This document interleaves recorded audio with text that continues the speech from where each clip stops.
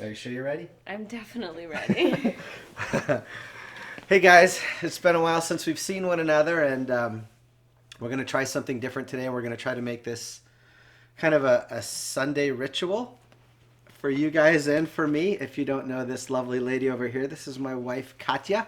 You may remember her as Tanya Tataki back in the day in her first YouTube appearance on my primary YouTube channel, AEAC Home, and then you did you helped me with the Diana Stealth Yeah. review. So did Bandit, I think. Yeah, he was in there a little bit, and I think RV too. They're over there sleeping in front of the fireplace. But Katya's been after me to do a better job of answering you guys' questions, because the reality in my world is, with an audience of 60,000 of you now on my primary YouTube channel and over 10,000 here on the vlog, I've gotten to a place where I just can't keep up with your questions as well as I have been and like to, and something I've always prided myself on is I've always answered all your questions, and it's just getting difficult. Yeah, and answering your questions in a casual, realistic type of way, where it's not live, but unfiltered. Yeah, so Katya had this idea that every week we'd sit down together and she'd read questions and I'd answer them. Now, I have a little bit of an advantage today because I picked the questions. All I did was look at the last 5 days of comments on YouTube, and I grabbed some out of there. But I think in the future, as Katya kind of gets a little bit more familiar Maybe. with your guys' needs and what I think you might want to hear about, she's probably going to start picking the questions, which will make it fun too. Or realistically, at events when I see you guys, I'll just take your questions then, because I'm much more of a people person than a sit down and research something person. So you actually haven't committed to it. Does that mean you're coming to ARMAC this year in June? Yes. Yes? Yes? Yes. Yes or yes? Yes. Can you give it to me in Russian? No. No, that's a simple word in Russian. That's not fun. Da. Everyone knows what the answer is in Russian. Okay. So do you Okay. want to start this? Yes. Okay. So I have not read these questions in advance, so I may stumble over some of these, but that'll just add to the charm. Okay, so the first question is from Santa Claus. The abbreviation is Santa C. His avatar looked like Santa Claus, so. So Santa Claus. Santa Claus, if that's actually how Thank you you for look sending like. in the question. You do look like Santa. I'm glad you've gotten my letters. Okay, I've not been able to, like the whole thing, right? Yeah, they're Okay. going to want to. All right. I've not been able to get back to you about this question I asked. Back to what I'd like to ask. I've just started watching you, and I'm looking for something just below a PCP that is accurate with high velocity and a high projectile weight than most. So a higher projectile weight than most. PCP is not something you want when you don't have electricity, so that's out. I'm assuming that was your response. But No, I'll need. that's all him. Oh, but I'll need something to take down food. So something with about 30 foot-pounds of energy. Uh-huh. So heavy pellets and the highest velocity. I'm thinking about 0.25 or 0.22, but stuck between Hatsan 125 or a Gamo Magnum. I know you have a lot of knowledge how about air rifle, and I can't buy to test them. I'm just reading it. Do you have any questions about the question? I don't know what the question is. I won't lie to you right now. So I think what Santa C is asking. Mr. Claus. Or- Let's just refer to him formally. All right. Mr. Claus is I guess he doesn't So have a. He wants accuracy, high velocity, high projectile weight, something to take down some food with, 30 foot-pounds of energy, heavy pellet, 0.25 or 0.22. Seems like a lot of requirements. And he's torn between a Hatsan 125 and a Gamo Magnum. And I think the biggest takeaway from there is he doesn't want a pre-charged pneumatic. He wants a brake barrel because he doesn't have access to the electricity that he thinks he probably needs to drive a compressor to. Well, is he a fit man? Because he could always do the hand pump. The hand pump, no. I wouldn't wish the hand pump on anybody because I'm a fit guy and that thing kicks my ass. But so. American Heart Association may disagree with you. It's hard to know. He mentioned he's hunting. He needs to hunt for food. I'm presuming that's not like deer, bear, elk, hog, and that's probably like squirrel, possum. Well, rabbit. Could you do deer, elk, bear, hog with 0.22 or 0.25? That seems too small of a No, pellet. that wouldn't be appropriate. But if I'm him and he was between a Gamo Swarm and a Hatsan 125, Yeah. so I have No, Gamo Magnum. Gamo Swarm Magnum. Okay. Oh, okay. So I have experience with the Hatsan Mod 125. Probably 4 years ago now, I did an article for Airgun Depot, and in 25 cal, I found that to be a very accurate break barrel, and I was shooting it out to 80 yards, and I was able to achieve like 1 inch groups at 80 yards. That being said, that gun it's a very large gun and it's very powerful, and it's going to take some significant force to to cock it. Yeah. And because it's so powerful and has such kind of like a jarring recoil, it's really tough to shoot it consistently well at longer distances. And that's not picking on the Hatsan, just all break barrels are that way. The more powerful they get, as you go up into a heavier projectile, they get harder and harder to shoot consistently. Okay, so if that's me, and this may not be what Santa Mr. C. Claus. I don't know why I want to say Psycho Santa. Psycho Santa wants to hear. If it's me, I'm going to do something. I'm going to buy like a refined break barrel, like an Air Arms TX200 or a Weihrauch HW95. They're not 30 foot-pounds like the Hatsan, but at kind of 15 to 20 foot-pounds, I'm going to have the confidence that I can put a 22 caliber pellet, consistently into an inch at 50, 60 yards. And if I'm hunting something like a rabbit or a squirrel or a possum, and that tells me I'm going to have the confidence to take a headshot Yeah. and humanely dispatch that. Well, is there going to be, so that's an interesting point. So you said it's not going to be 30 foot-pounds. Right. But in terms of the type of game you're hunting, will that, Well, absolutely. 4 Like, foot-pounds make a difference? Like I'm presuming he's not like hunting. He doesn't want to hunt deer with a break barrel air rifle, and he alluded that he wanted a break barrel and not a PCP because he doesn't have the electricity. And we're also going to assume that with .22, .25, you're not going to hunt those large animals. Right, and with a 22 cal, 15 foot-pounds at the muzzle, 15 to 20 foot-pounds for me is plenty. It's more than enough to take those smaller game at 50, 60 yards, as long as you just hit them in the head. And even if you do kind of a heart and lung shot, it's still going to take them out. So you're essentially saying, for the purposes that he's describing, Yeah. break barrel, .22, .25, Yeah. hunting game, For food. Yeah. You're going to recommend a gun that's in the 15 to 20 foot-pound range. It doesn't need to be 30. Exactly. I'm recommending a more docile break barrel air gun because it's docile, it's going to be more accurate. It's going to be the accuracy is going to be more repeatable. It's going to be easier to cock. It's going to be funner to shoot. It's going to be lighter weight for carrying around in the woods, and it's going to be shorter.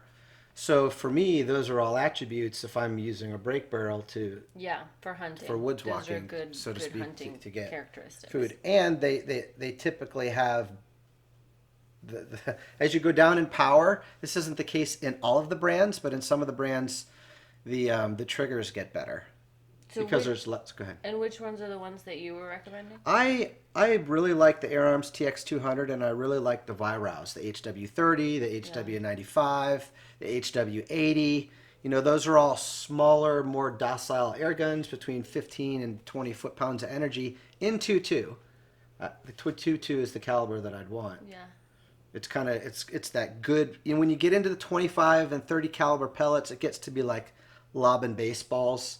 You lose that flat trajectory, and because the pellet's heavier and it's in a break barrel, it's traveling so much slower, so it really aggravates the whole accuracy recoil thing, because the pellet takes so long to get out of the barrel, and there's so much movement going on between the time when you actually squeeze the trigger and that pellet gets out of the muzzle that you could throw your shots all over. So I like a more docile, smaller caliber. Makes sense. Break barrel. So, Mr. Claus, let us know if that does not answer your question, because I do want a $2,000 purse this year. Okay, we want to make you happy. Okay, next question. This question is from... Okay, so I feel kind of bad. I'll tell you why. Because the name of this guy is Fugunho Svoboda. And my concern with this That was with a Russian accent. Well, from Russia. my concern with this is that Svoboda is a Russian word. It means freedom. I have no problem Really? pronouncing that. So he is Russian. Well, I don't know. Because the first word is possibly a cuss word that I'm just not familiar with. And I feel really bad, like, phonetically sitting here pronouncing a cuss word. We won't hold you responsible. Maybe not bad, just maybe a little responsible for not sitting here phonetically pronouncing a cuss word. Or maybe it's not. Maybe it's his name. Who knows? So, this question is from Fuginho Svoboda. That's my best. So we'll call him FS. That's my best guess. I'm going to call him FS. Hi, Steve. When I took my tank to be refilled at an Aqualung store, the man told me that this carbon fiber tank lasts for only 15 years. Is that true? So, short answer, no. You have been misinformed. Long answer, yes, that is the truth. So, here in the United States. Interesting. Yes, sir. I'm going to explain. So, here in the United States, the Department of Transportation governs how long SCBA tanks, a carbon fiber tank, which is an aluminum bladder tank wrapped in some sort of fiber and resin, can be safely transported and used here in the United States, okay? And there is a 15-year expiration on that, okay? That being said, excuse me, and I'm not going to talk too much about this because Tyler Patner of Pyramid Air, if you go over and check out his YouTube channel or their YouTube channel, Pyramid Air Insider, has a phenomenal video explaining all of this in great detail. But the short of it is, what kicked a need arose for people to be able to extend the life certification of an SCBA tank. Okay, and the U.S. This came from the U.S. Navy. They had 40,000 tanks that came to the end of their life expectancy, so they approached the Department of Transportation and they requested special permitting to see if they were able to lengthen the life expectancy of those tanks to put them back in circulation so that they didn't have to waste them and buy new tanks. And so what's going on is they were granted that permit, excuse me, by the Department of Transportation, and there's a company in Colorado that takes these 15-year-old SCBA tanks. They did it for the U.S. Navy.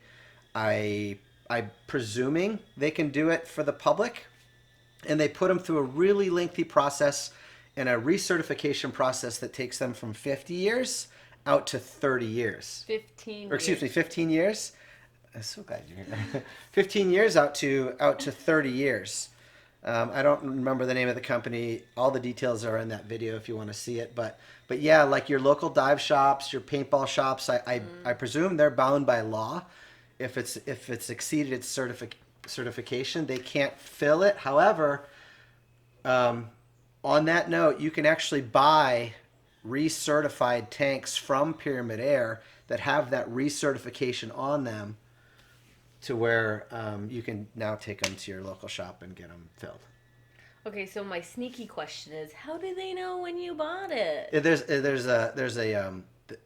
date has the tank has a date of manufacturing emblem on the tank, and that all gets updated when you either send it to this guy in Colorado or when you buy a recertified tank from Pyramid. My second question is, how do you know this stuff? Like, legitimately, that's the randomest thing ever. You guys, it's hobby. Can it be Airgun Jeopardy? And I do watch Tyler. I really like Tyler. Can we make some money on Airgun Jeopardy? There should be an Airgun Jeopardy. Okay, so next question is specifically, it's from a guy named Slick. Maybe it's a girl. It's from a person named Slick. And it is specifically in regards to the Benjamin Trail NP2 SBD.22. You ready? Yeah, SBD. Just thinking that's you at nighttime. What's SBD? Silent but deadly? That's you. Actually, you're not silent. We just blame it on the dog. So, funny story. So I made soup Ugh. of like earlier this week because quarantine, cooking, blah blah. I swear this has become a hobby of So yours. I, You're such a bitch. so I, so I made soup, and it just didn't occur to me that it was pea soup. And then, in addition to it being pea soup, I also put in an entire onion, 4 cloves of garlic, a yellow bell pepper. And I swear to you, for like 2 days straight, Steve is like a small missile around the house. Like and he like moves forward a little bit. Like for 2 days straight, he's doing nothing but farting. And finally, I'm like, what hell is going on? Why are you farting like a maniac? I'm pretty sure NASA is like using that stuff for solid rocket fuel these days. Because my God. But like seriously, I'd be curious. Do your wives do that too? Like this one loves to like sneak attack me with these foods, and she doesn't tell me what's in it, and then I'm like, WTF? As I'm like floating around the house like a hot air balloon. Because you've got like a gas factory like in your gut. Only like, when you give me that I know, garbage. but it's like very specific foods like that normally probably wouldn't have such a immense effect on another human being. Oh, I'm pretty sure garlic and onions and peas could tear just about anybody. It's hilarious and it's instantaneous. It's really funny. It is funny how fast it's instantaneous. I don't even know how that happens. Okay, anyway, so back to SBD. I forgot the question. I didn't ask the question yet. Good reviews. Just picked this gun up with the wood stock in .177. What gun? Seriously? Benjamin Trail and SBD .22. Sorry. You're distracted so just with the pick whole flatulence. Just pick this gun up with the wood stock in .177. Yeah. Any suggestions on what kind of pellets I should try, and what is the heaviest pellet I should shoot? Thank you in advance and keep up the good work. Can I answer this question? Yeah. All of them. Yeah, apparently she's seen the closet in my office. No, I've now heard this from multiple people that your gun will just react differently to every single pellet. Like one guy's Benjamin Trail MP2 is not going to love the same pellet as another guy's Benjamin Trail NP2. So all of them. But now for the more. No, she's right. She's answer. right. There are tendencies, right? So like in a break barrel air rifle like the NP2, I've found that they tend to like the harder alloys. They're going to like an H&N pellet or a Craftsman Premier more than they're going to like a JSB. They just, for some reason, they like the hard pellets. The soft skirts just don't seem to do well with the whole piston, explosive, whatever going down the barrel. I mean, I don't know if it's deforming skirts or what, but to answer your question, what's his name again? Slick. It might be her name.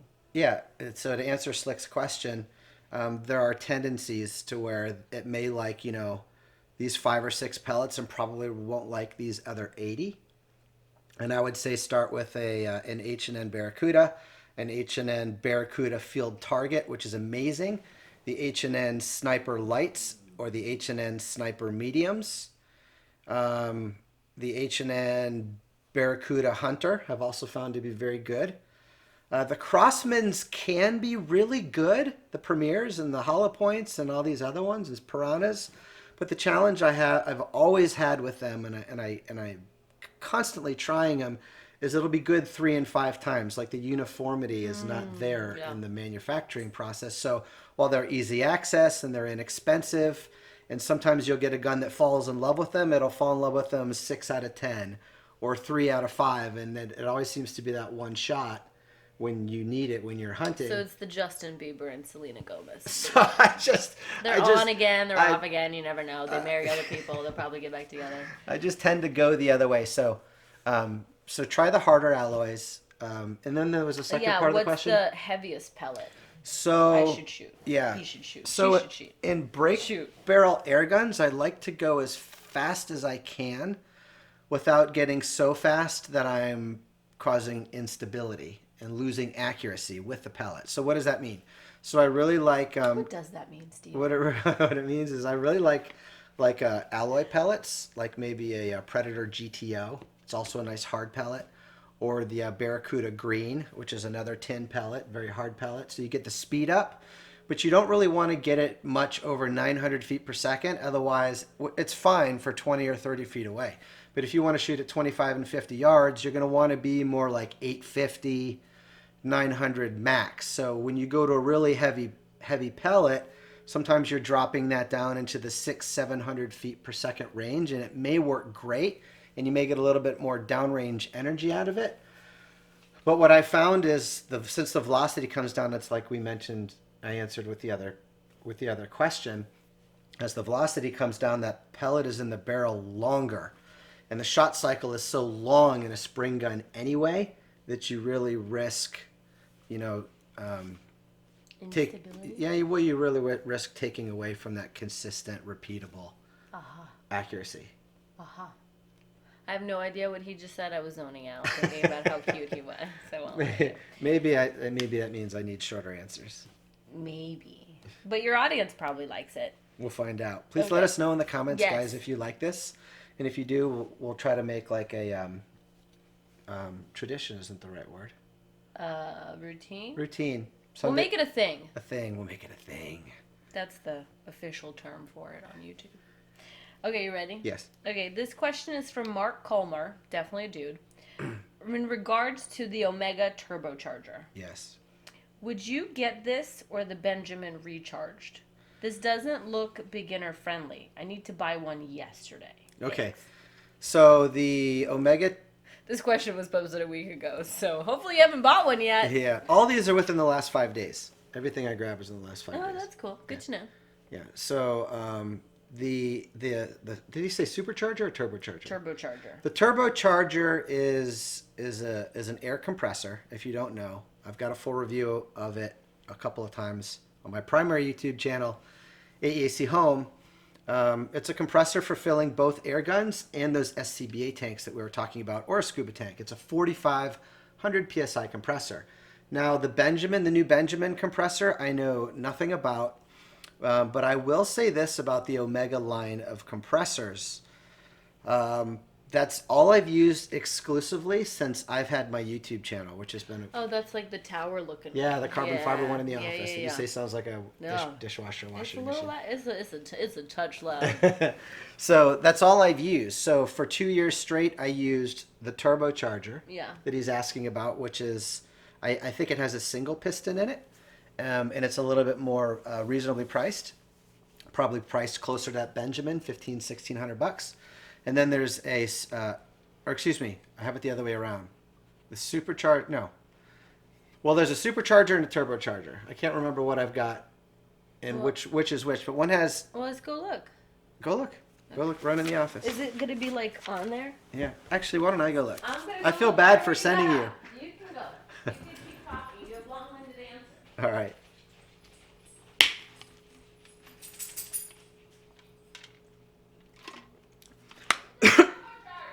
Turbocharger. All right, so the turbocharger is the twin piston model. It's probably more like $2,000.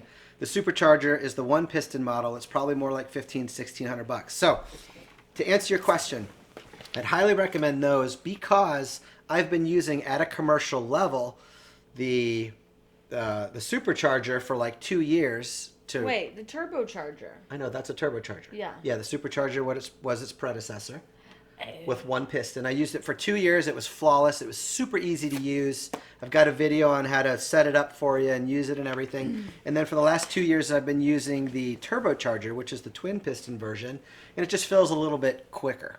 And it has also been flawless. Been using it, really been beating the crap out of it because it's what I used to fill my SCBA tank to do all the work I do around here. So long story short, we've never used the Benjamin recharger. And get the Omega. Because I don't know about the Benjamin.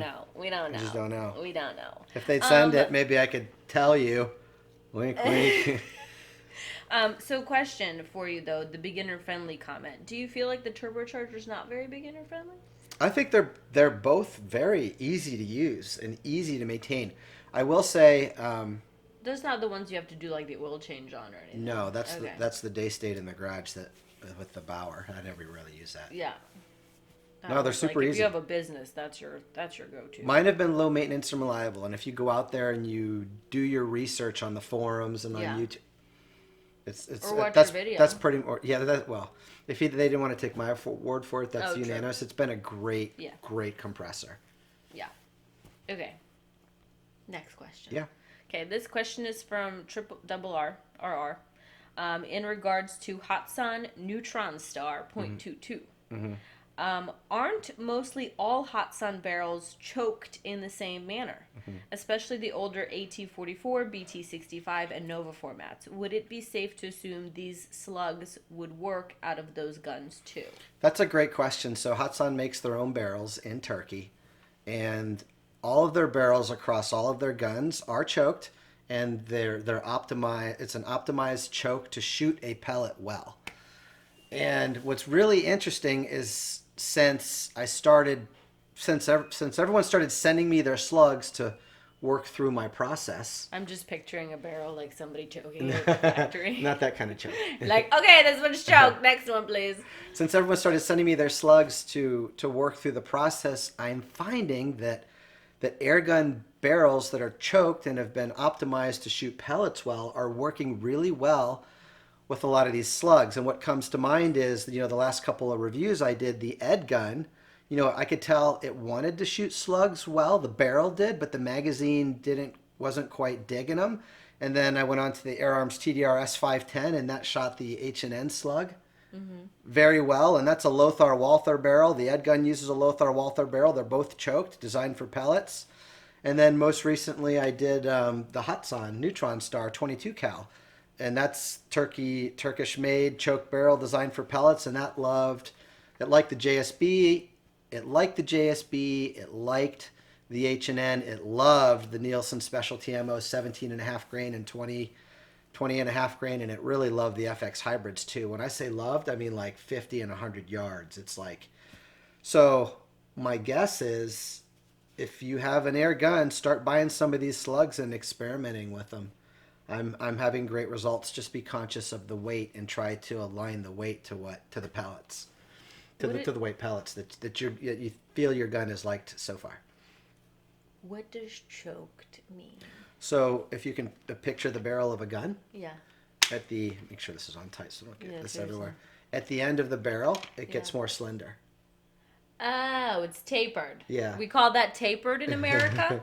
No, I'm just kidding. But what it does is it kind of you have like low friction Yeah. through most of the barrel so that you can. It's called choked. It's tapered. I feel like I'm choking my. Stop it.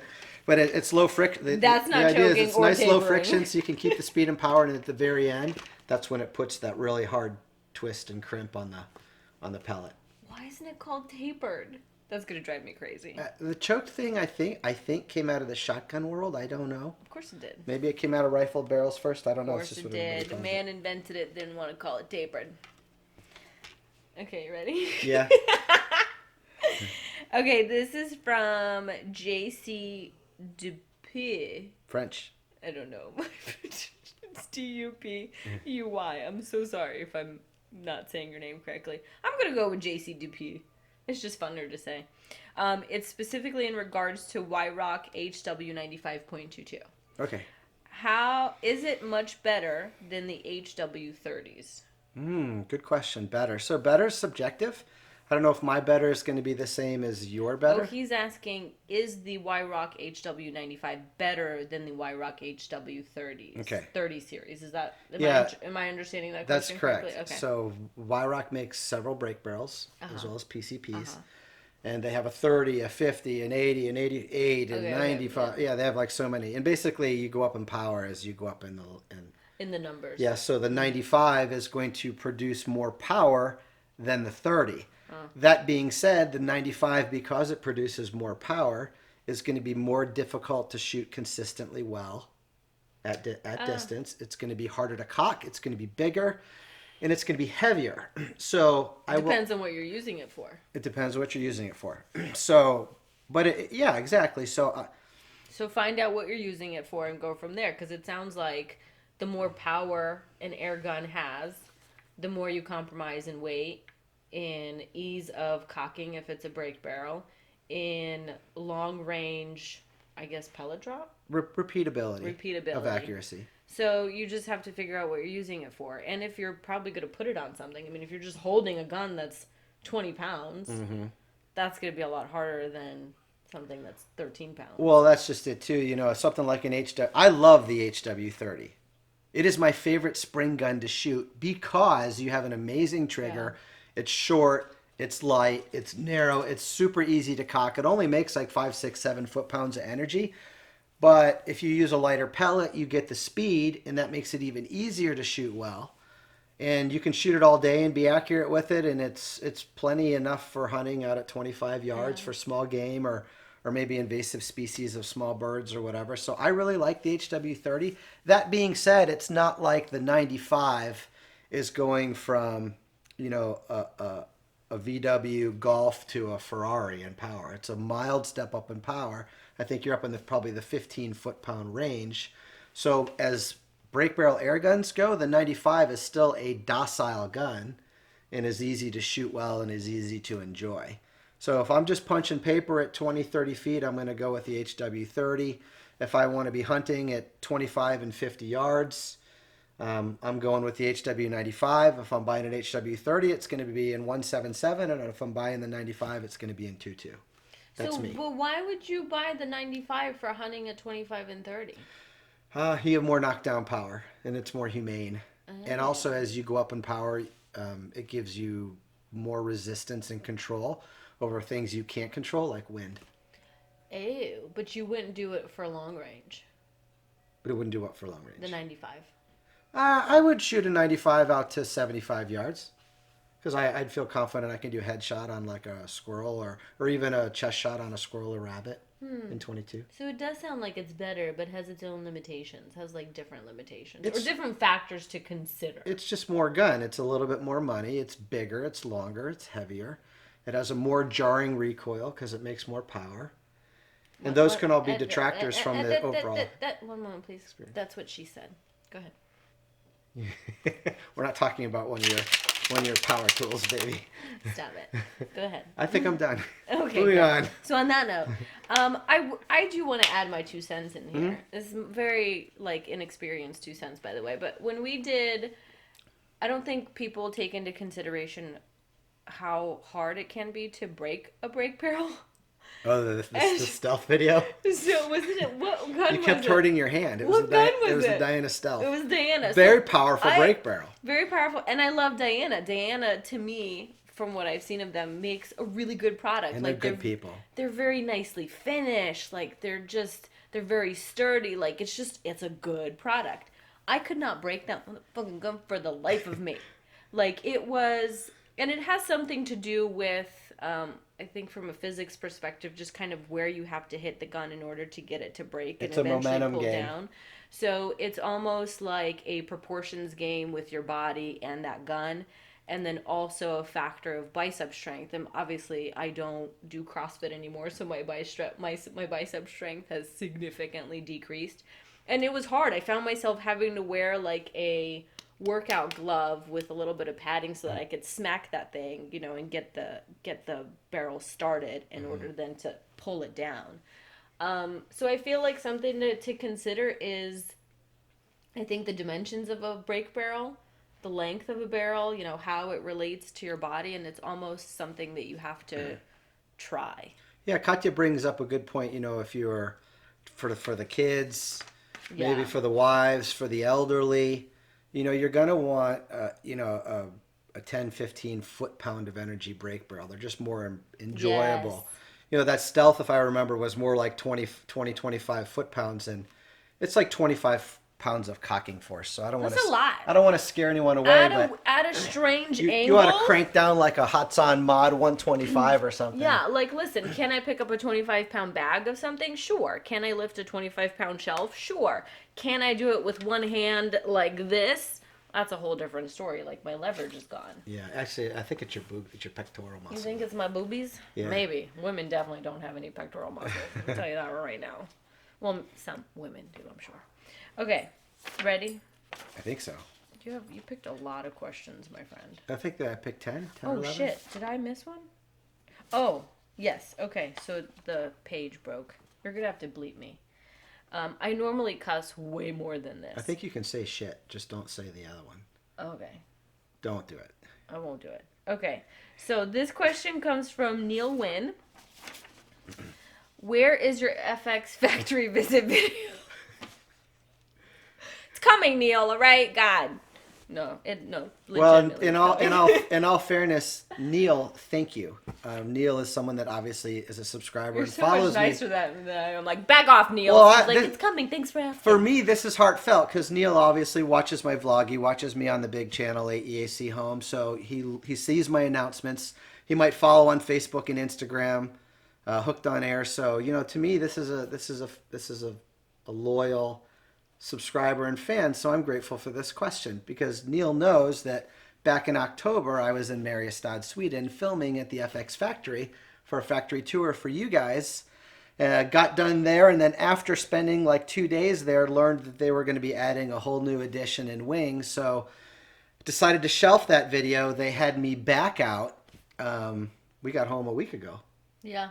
Yeah, we did a week in England and a week in Sweden. They had me back out to film again, and I've been at the desk working on that video for like 5 days now. I probably have another 2-3 days of work, and then you're going to see it. So that'll be the next video on AEAC Home, the FX full factory tour video. We risked our lives for you. We did. On this video. We did. Don't say it, by the way. YouTube has censorship against. I'm not going to say it. We'll call it human malware. What? The bug that's causing the world so much. Human malware, that's where that... Okay. The computer nerds, sure. they'll get it. Yeah, no, I mean, we all get it. Also, it's going to be 2 hours long. It's going to be at least 90 minutes, I think. Pop some popcorn. Maybe 2 hours, but it's awesome. It's a great time during this house... Awesome. Can I say quarantine? We're practicing social distancing and self-isolating. Yes, it's going to be a great opportunity to kill some time while you're stuck at home. Yeah. Okay. And learn something, maybe. Next question is from JB. J, is your middle initial S? Because that would be BS. awesome. No, JSB. Oh, JSB. Oh, you know what? So let's just take a pause right there. I'm glad you mentioned that. Okay. Um, So random. Well, it's really not. We should actually have a little moment of silence because Joseph Schultz, he passed away last week. Complications in surgery. And if you don't know Joseph Schultz, he is the inventor, owner, founder of JSB. His manufacturing facility is in Bohumen, Czech Republic, and that's the JSB you see on a tin of pellets. And I met this man when I was in the Czech Republic filming their factory tour video. And this, when you're in the presence of great men, you feel that energy. And this is a great man, and he was a kind man, and he was a humble man. So let's just take a moment of silence. And this is a guy that's done a lot for the world and in our industry.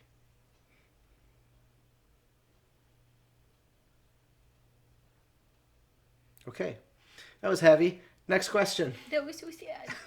I had a little teary. Rest in peace, Joseph. We love you. This is so sad. Yeah. I can't move on. Very sad. I'm going to try. Okay, so question is from JB. I apologize now, Jay, that we made your question so heavy. It is in regards to the Gamo Swarm Maxim. Mm-hmm. Can you please do a review on Gamo Swarm Whisper 10X? I don't foresee it happening, and the reality of my world right now is now that the channel's got an audience the size that it has, not this one, not the vlog channel, the big one. There's 60,000 of you over there. The airgun industry, the manufacturers are all wanting to be a part of it, and Gamo, for the life of me, I can't get them to talk to me. I did a video of the Swarm Maxim back in 2017. If you're watching Gamo, it's coming up on like 365,000 views. Excuse me. So if you don't think for whatever reason, it's kind of bananas. It's 1,000 views a day. Yeah, I mean, if for whatever reason they don't want to send me a gun or be a part of AEAC, and it's not from a lack of trying. Joe Styring and Jordi Rivera, which are the two guys at the top of Gamo Daisy, get emails from me quarterly and invitations from me quarterly since 2017, And they were talking to me back at that time, and now it's just crickets. So while I would love to get Gamo through here, through AEAC, I'm guessing they're just focusing more on Rick Usler over at Airgun Web, because he seems to get all their product, and that's fine. Rick does a great job, and I'm by no means entitled, but I swear to God, I get that Gamo question once a week, every week for 3 years. And obviously the audience and the industry and the community looks to me for Gamo, but I don't have any access to Gamo.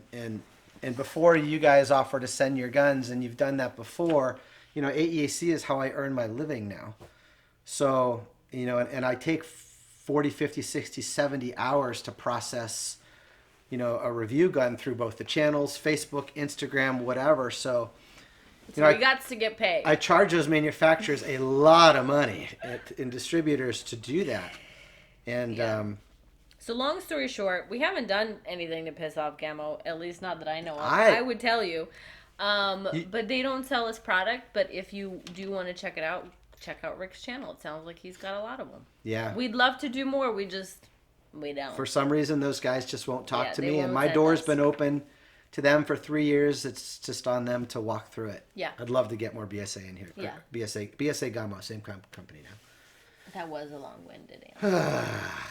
That's a charge. That was a charged one. It was a charged one. You guys, you hit a. It's like I feel bad because it's like I don't have a right to it.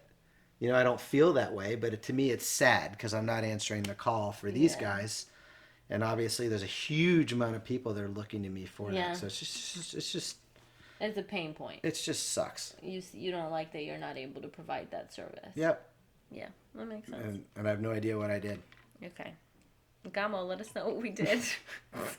Sorry. Okay, so the next question comes from Toddy2519. Hi Steve, I just discovered your channel and I found it very helpful and interesting. Being new to the AG world, I'm wondering how your method compares to simply using a bronze cleaning brush and cloth patches. I gave this a like and subscribed. Thanks, Toddy. So this is on the Clean It video. Everything you want to know about cleaning an airgun barrel preparation. So you don't need to use any kind of metal, bronze, brass, bristled brush inside of an airgun barrel, ever. When you say you don't need, don't. Yeah, just don't do it. So the old thinking was that the metallurgy. That's a really nice way of being stop using metal brushes. Just don't do it on your airgun. The old thinking was that the metallurgy in airgun barrels, the barrel material was too soft for a metal brush. Now, I don't know if that's the case anymore because we have air guns making upwards of 600 foot-pounds of energy, 700 foot-pounds of energy. To put that in perspective, that's like an ACP 45 sidearm that a cop or someone in the military would carry. And we're shooting at velocities over 1,000 feet per second now that we're getting into slugs successfully. So I know, it kind of lets you know that the metallurgy in an airgun barrel is good and it's hard. But the old hat thinking is just that those metal brushes can damage the inside of your barrel. That all being said, you responded on my Clean It video, so you saw how I clean airgun barrels. In with all the air guns that come through AEAC for review over the last 4 years, really the only way I've ever cleaned them is to grab a patch worm, some ballistol, and pull those patches through. If you use that system, you will tear any lead or bound deposits out of that barrel, no problem. There's no reason to get any more aggressive than that. Mm-hmm. That all being said, if you have a problematic barrel and you want to experiment, the next level up for me has always been you remove the barrel from the gun, you remove any seals or O-rings from the barrel, and then you get out the JB bore paste and a synthetic wool or a wool mop, and you start working it that way if you want to get more aggressive. Never at any time would I grab like a hops cleaning kit and pull or push those bristles through. Plus, a lot of pre-charged pneumatics have O-rings inside the barrel breeches, and you're just going to tear those up. And for brake barrels, there's just no need. Just grab some ballistol and some patches and pull them through. So, and a side comment on that too, as I've been sitting quietly at dinners and listening to people talk about air guns. What I've heard is cleaning methods and kind of how people treat their guns, I think is more reflective of their personality and what they like, what they don't like. The air gun industry, the consumer who likes air guns tend to be tinkerers, people who like to take things apart, put them together, constantly optimize them. So everybody will have a different technique when it comes to cleaning. I've heard some people say, I've never cleaned my gun, I've never cleaned my barrel, and it shoots fine. I've heard some people, use the same techniques. I've heard some people use different. I've heard some people say, my gun really sucked at shooting until I shot 300 pellets through it, and I've never cleaned it, and it's been fantastic no matter what I shoot through it. Steve is a very meticulous person. He takes incredible care of his possessions. Why are you making a face? Don't make a face. Because that's like the pot calling the kettle It black. is. That's why I married him, because I am too. Our house looks like a museum. Our brand of crazy matches each other. Yeah. So, but he's a very meticulous person. He's a very careful individual, very analytical. So his method for cleaning a weapon, an air gun, a firearm is going to be on the take your time, do it right, like do it with the softer technique so that you're minimizing your chance of damaging the barrel, because once you do, you might as well forget about it. Like, it's garbage. It's garbage, and you're gonna have to get another air gun, which is a big investment. FX, you can get, I'm assuming, another barrel, because that was the whole point of their Imagine line. But yep, that was their what? Imagine line, Dreamline, Smooth Twist X. So it just, I think the method speaks to, the personality and the tendency of the air gun owner. So you're probably going to ask some people and they'll tell you different things. This is just our method because, well, not mine. This is just Steve's method because he's, this is an effective method. It's worked. It's done great on all the guns, and it has the least chance of damaging an air gun. Yeah, so Katya's right in a lot of what she's saying. And if you drill down on this, and if you're able to spend the time with the barrel manufacturers, as I've been so blessed to be, you learn that there are reasons. This is all cause and effect. Mm-hmm. There's reasons for all of your experiences as an air gunner. If you're the guy or gal who has to shoot it 300 times and then it gets accurate, that's because there's been a high spot in that barrel, okay, that's built up lead. And finally on that 300th shot, it's like a sneeze. It could choose that piece of lead out, and then you've got a true barrel again. Or the opposite. You have a low spot, in the barrel, mm-hmm. and then it takes that long to let up and shoot that low spot, and then the pellet's in a place where it likes to be, and you get the consistency out of it. Sometimes you get that barrel lottery, and you get that perfect barrel where you clean it, you shoot 5 shots, and then it's pellet on pellet right away. I've experienced all of that. The key is understanding why someone on the forum says, I never clean my air gun, and why the other person says I have to clean mine every 300 shots. It has so much to do with your barrel, the velocity that you're shooting. The faster you shoot, the more that barrel's going to let up. And you'll even notice speed causing that barrel to let up in different places. But the reason he's asking about the brush is because most of us air gunners, we come from powder burning guns. We do the air gun thing because we find it more interesting. Because you tinker. we find it's just more interesting. It's more fun. Yeah, and the powder burning culture is because of the fouling and from the explosive chemical reaction and the bullets traveling at such speed, they're really gunking up those barrels all the time. Cleaning is a huge part of that culture. It's important with air guns, but it's important to know why, and it's not such a focus. Yeah. So it's a really great question. Okay, next question. This is from Jose Libos. What bag rests do you use? Oh, I get this question every week. And I'm not even in communication with this company, but I should be.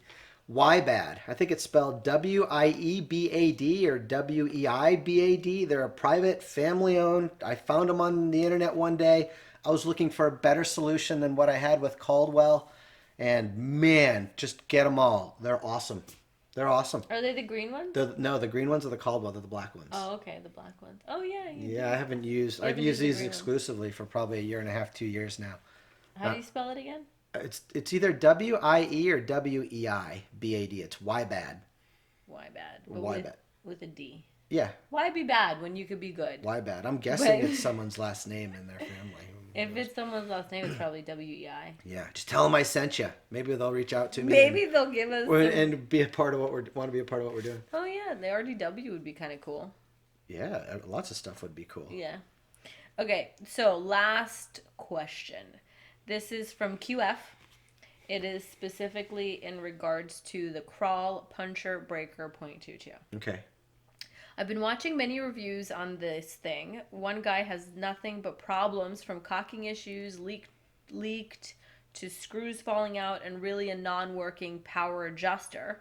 Others seem to really like it. Is Kral a more expensive budget gun? Does it have the quality for being a 20-year gun, or do I just need to get an FX or Brocock for great quality to stand the test of time? So I guess 2-point question is it a more expensive budget gun? Mm-hmm. And considering it's been around for 20 years, is it good enough to go with, or should I go for something that like an FX or a Brocock that's been known to have consistent quality? It's a good question. So people's perception of gun quality is their reality, right? And where do we get our information? We get our information from the internet, from the forums, from YouTube. And I will tell you, in my experience, and I've had my hands on pretty much, the whole gamut when it comes to pricing and quality of air guns. And it doesn't matter how much they cost. They're all complicated. They're all made by hand. They're all engineered by people doing the best they can. And as people, even though you and I think we're perfect, right? We're the furthest things from perfect, right? What are you talking about? So you can get a dud, and you can get one that's been awesome. So, Kral is a value priced air gun. $400, $500, $600, $700, $800 is kind of the territory where they live. They're out of Turkey. I, like you guys, read all the forums, watch the YouTube. You have a lot of people that absolutely love those guns, and they've been great guns for. The couple that I reviewed have been great. Mm-hmm. I will say I have also sent a couple of Krals back, because when I got them, and you guys wonder if I get like special guns, I don't. When I got them, it looks like the machining was done by somebody who was blind and drunk. But then I got the replacement, and the replacement was awesome, and I had it on the channel, and it was a fantastic performer at 50 and 100 yards. And you guys have seen the videos, so Kral is a good company. They're a big company. They're a Turkish company. They've been around for a long time. They're serious about this, and they want to do a good job, and they want to do right by you. But that's what warranty is for. Well, that's a really good point, because Kral is what you said, $500 to $600. $4 to $8, I'd say, is where they kind of play. And the FX and the Brocock is usually in that $1,000 to $1,200. Yeah, you're $1,000 to, let's just call it $1,000 to $2,000. Roughly. So it sounds like it really comes down to your budget. You could, for the lesser money, take the chance. It sounds like they're a good company. They have really good guns. That particular gun is a good gun. Mm-hmm. They may have some consistency issues, but that's what your warranty is for. Well, consistency in manufacture. Yeah, consistency in manufacture, not in shooting.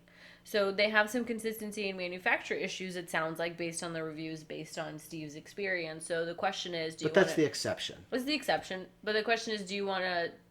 Hey, I only have $500 to spend, so I'm going to use my $500, and I'm going to hope I get one that is great out of the box. But if not, I'm going to accept the fact that I'm going to have to work with the factory and maybe get a replacement. Or I want to spend $1,200 and not deal with it. Yeah, Katya's, the not deal with it isn't really accurate, but Katya's right on. It's like lesser chance of dealing with it. Your budget is your budget, right? So if it's me, I'm getting the gun I want, regardless of whether it's $300 or $1,500, and I'm going to buy that from a reputable source, like an Airguns of Arizona, or Utah Airguns, or a Pyramid Air, or an Airgun Depot, where I know those companies will have my back if I have a warranty issue. Mm-hmm. And leave it at that. Guys, the dollars in the airgun industry chase refinement, features, user experience, consistency and quality, accuracy to some extent. Totally. Warranty, because we're seeing some 3-year warranties now out of the boutique brands like Daystate and FX, and And so, it's just get what you want from the place that you trust. And I get stinkers now and then too. And I've had guns and stuff that I haven't shown you because I'll get 2 or 3 of them and they're all stinkers. I'm like, nah, I ain't putting that in front of my audience, and so, but Yeah, I think it just comes down to, it's like anything. If I'm going to make a reference, like if I buy a purse, because I commented on a YSL purse earlier, just, in case you want to get the fam together, get them all to contribute. Anyway, I could buy a purse, I could buy a purse for $100 and it'll still carry all my crap, or I could buy a purse for $600 and it'll still carry all my crap, but it'll look prettier doing it. It's user experience. And I will have a better user experience out of it. It'll be more refined. It's maybe made out of finer materials. You'll feel better about it. If you like it more, you'll use it more. Right. You'll be more proud of it. You'll have more fun with it. You'll take better care of it because of all of those things. But it's just budget. It is, and I do want to say, this has been a lot about Kral. My experience with Kral, it's a good gun. It's a good gun. It's a good gun. The performance is there, and it's like a car. A car's there to get you from A to B, right? The difference in price in cars follows the user experience, and it follows warranty, and it follows repetitiveness of quality. Ooh, like a Nissan or a Lexus. Yeah. Both are really good cars. They're both well made. They will last you. They both have warranties, and they both break. It's the same thing. It literally is the same thing. Your Lexus will probably have some fancier features, a little bit more refinement, aesthetically, even functionally. It's more fun to use. It'll be more fun Sleeker, to use. it's lighter, it's faster, it handles better. But will better. both of them get you from A to B? And if your budget is A, then and you can't even consider B, then you're going to be really, really happy with A. Yep. Now, on Kral, one last thing on Kral, we were talking about the Gamo BSA thing earlier. Yeah. Where they look at me like I'm the redheaded stepchild or something like that. Yeah. And then you have somebody like Kral who has been incredibly proactive and aggressive in chasing me down and chasing AEAC down to get some of their product through, on here. So you're going to see Kral coming up in the future. I've been in communication with like 5 different people at Kral, and it's all been initiated on their end. So that's kind of the difference in my world. So how do I choose what gets on AEAC? It's basically who reaches out and says, we want to be a part of it. Can you review our gun? It's first come, first serve. It's just who wants it. I want to be aligned with the partners, the airgun industry partners that just want to be a part of it. Sure. So I kind of moved past the stage of knocking on doors and chasing people down that just don't see the value there, and that's fine. If that's where their heart's at, then I'm good with it because we got plenty to do, that's for sure. You should see all the guns in my office. I'm booked out for the year. We're going to get off the soapbox now. Thanks so much for joining us.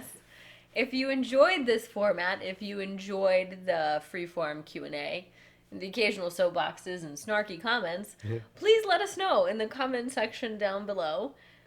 Like, subscribe, I don't know the spiel, but do all those things. I haven't done the spiel in a couple years, but really, guys, this is something that I would like to continue with Katya.